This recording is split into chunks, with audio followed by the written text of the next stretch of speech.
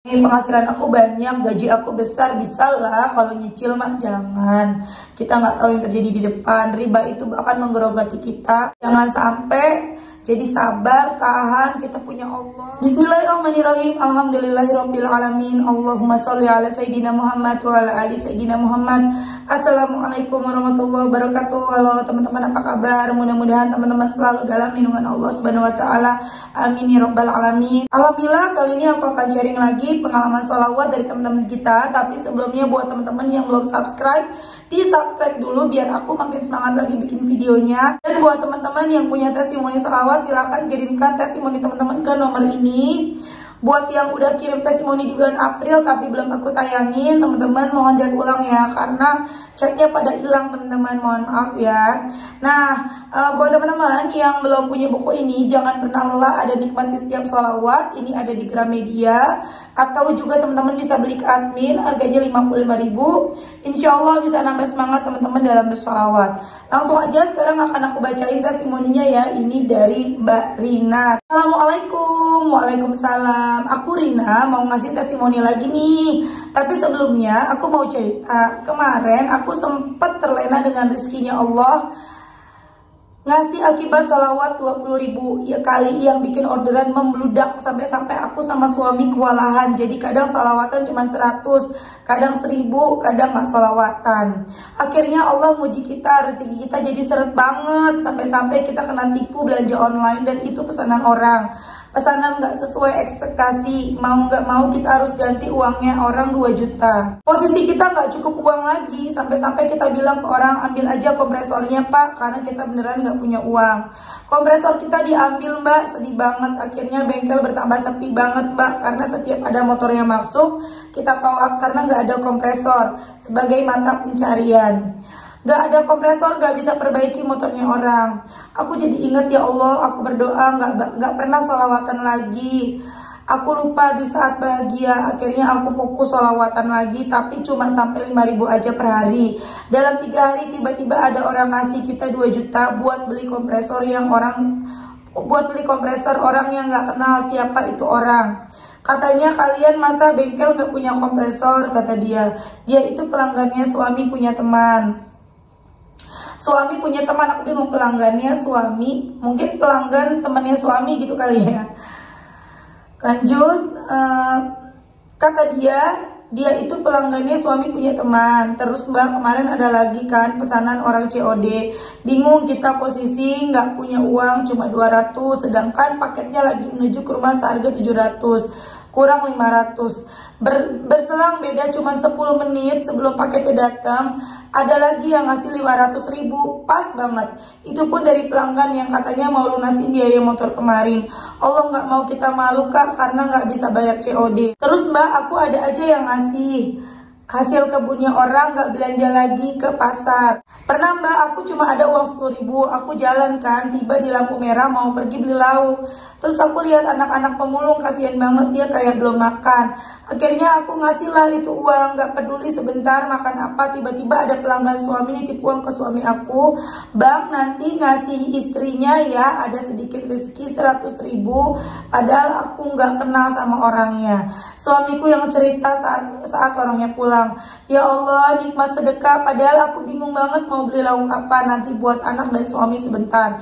Biasanya nikmat sholawat itu selalu melalui perantara suami, tapi nikmat sedekah langsung ke aku. Masya Allah, nangis aku mbak. Ya Allah, semoga aku gak terlena lagi dengan nikmat dunia ini. Aku akan rajin bersalawat di saat susah maupun senang. Semoga mbak selalu dalam lindungan Allah, diberikan rezeki berlimpah. Segitu aja ya mbak, assalamualaikum.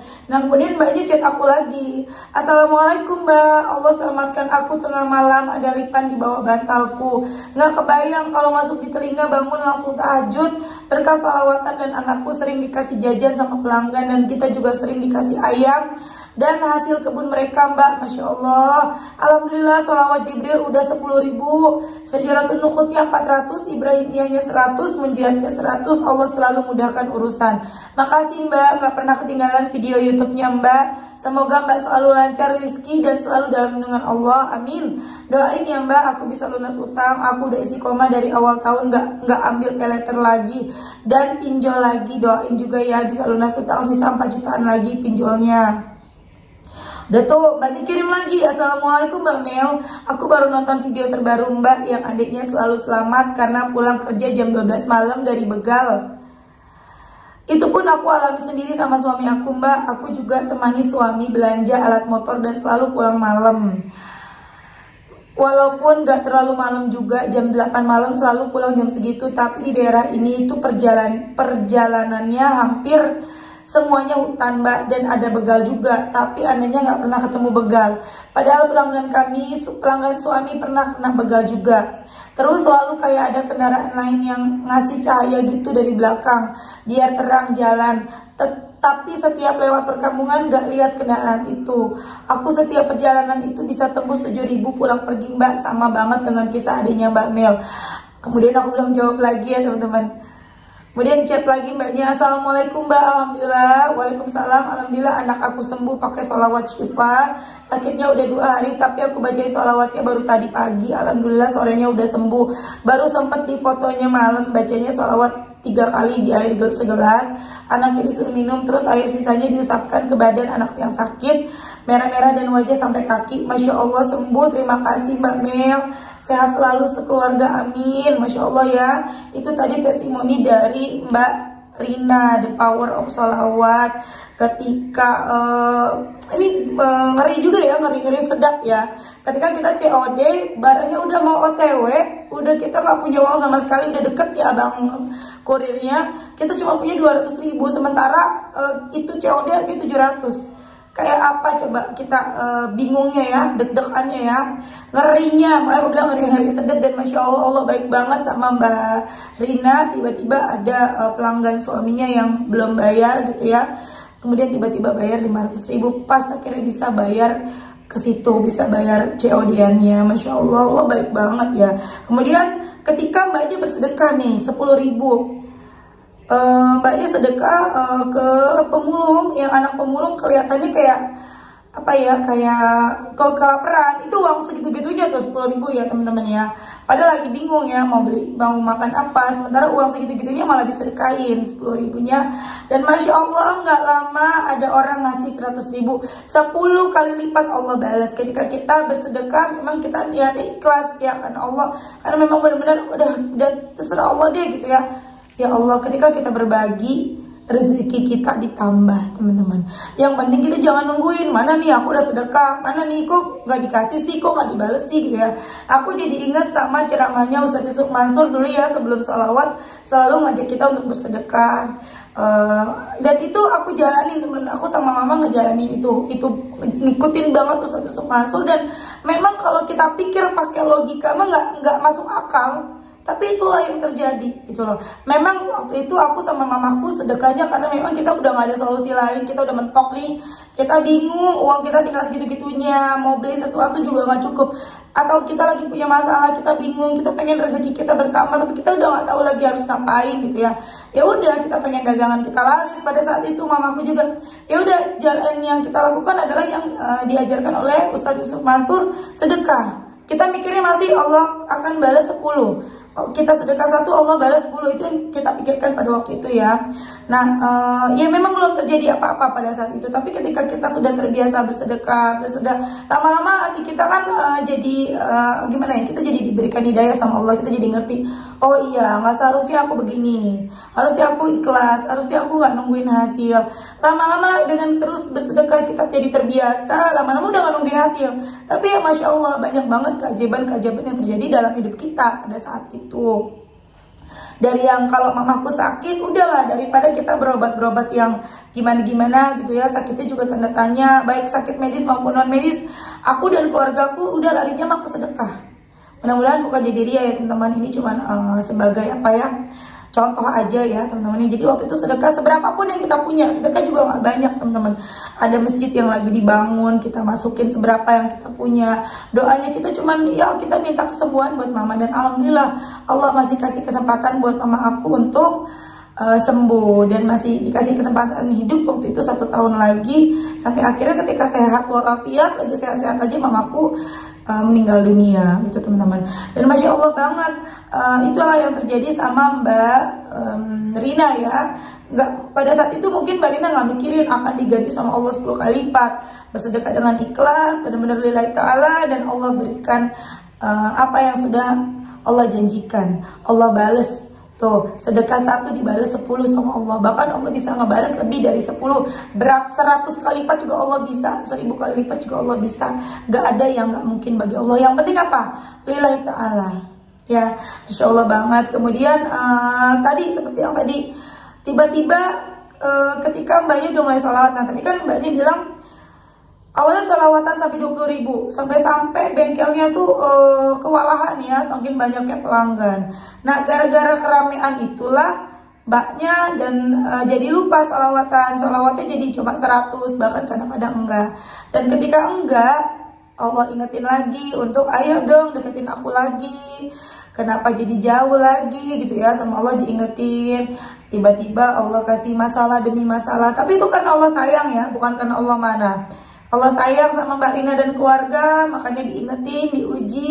Tiba-tiba pesanannya nggak sesuai sama keinginan customernya, kemudian mereka minta ganti rugi, dan akhirnya diganti dengan kompresor yang satu-satunya mata pencarian mereka, mata pencarian Mbak Rina dan suami gitu ya. Akhirnya setelah mulai deketin Allah lagi, baca salawat lagi, padahal cuma 5.000 baca salawat Jibrilnya. Tiba-tiba setelah 3 hari ada yang ngasih uang 2 juta, katanya pelanggan dari temennya suami. Ya, kita tuh semua itu nggak bisa kita masukin ke logika teman-teman ya. Kalau sesuatu yang seperti ini ya, bisa jadi ya itu tadi bukan manusia, bisa jadi itu malaikat yang Allah kirimkan untuk membantu Mbak Rina dan suaminya. Ya kan nggak ada yang nggak mungkin bagi Allah. Atau ya memang itu beneran manusia, itu beneran teman-teman dari suaminya Mbak Rina. Tapi ya siapa yang menggerakkan hatinya dia kalau bukan Allah? Ya kenal juga enggak, tiba-tiba digerakkan hatinya untuk kasih 2 juta cuma-cuma buat beli kompresor. Masya Allah banget. Kemudian ada lagi the power of salawatnya lagi. Suaminya anak-anaknya Mbak Rina sering dikasih jajan sama pelanggan. Mbak Rinanya sendiri sering dikasih dari kebun ya, sayur-sayuran, dikasih ayam segala macam, sehingga Mbak Rina nggak perlu belanja lagi. Masya Allah banget. Memang rezeki itu bukan berupa bukan rezeki itu yang nikmat itu ya yang seperti itu ya. Nggak harus lebih ya, nggak harus berlebih-lebihan. Allah kasih lebih, alhamdulillah. Tapi kalau Allah kasih lebih menjauhkan kita dari Allah buat apa gitu ya. Tapi ketika Allah memberikan cukup, kemudian kita tetap bisa beribadah dengan baik, bahkan kita bisa beribadah dengan lebih giat lagi, itu nikmat rasanya. Gak bisa diungkapkan dengan kata-kata. Ayo teman-teman semuanya pada sholawatan, kita doain semoga Mbak Rina utangnya cepat lunas ya Mbak. Keren, udah gak pakai peleter lagi, keren. Pertahankan, jangan pakai lagi, bahkan kalau perlu nggak mungkin ya kalau dihapus aplikasinya, karena kita juga kan sering belanja di situ ya. Cuman tahan godaan ketika kita pengen banget sesuatu dan itu bisa kita beli gitu ya. Nggak tahan ya. Kita pengennya Allah ridho, kita pengennya semua itu berkah. Kalau kita udah coba-coba riba, udah deh, apalagi kita mikir, oh dagangan aku rame, penghasilan aku banyak, gaji aku besar, bisa lah. Kalau nyicil mah jangan. Kita nggak tahu yang terjadi di depan. Riba itu akan menggerogoti kita. Jangan sampai. Jadi sabar, tahan, kita punya Allah, kita tahu kuncinya, kita sholawatan, kita banyakin istighfar, kita deketin Allah. Apa yang kita mau insya Allah dikabulkan. Dan buat teman-teman, sering banget aku dapet chat yang, aku harus gimana Mbak, ini tagihan udah pada banyak. Ya harus gimana lagi, bayar kan gak bisa nih. Ya cari uang kemana yang langsung dapatin uang puluhan juta juga gak bisa. Ya udah deketin Allah. Ya kalau aku belum sempat jawab, gak usah nunggu jawaban aku.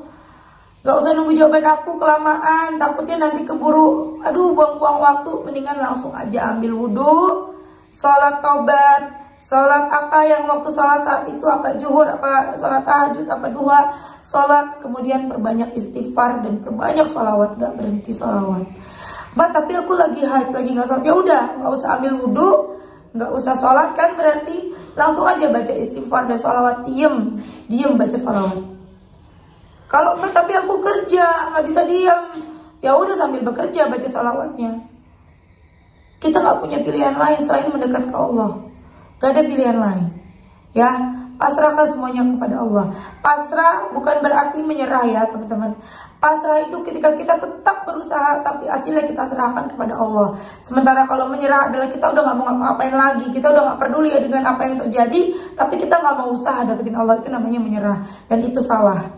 Ya, oke teman-teman, terima kasih udah nonton. Mudah-mudahan bermanfaat dan jadi motivasi buat teman-teman. Assalamualaikum warahmatullahi wabarakatuh.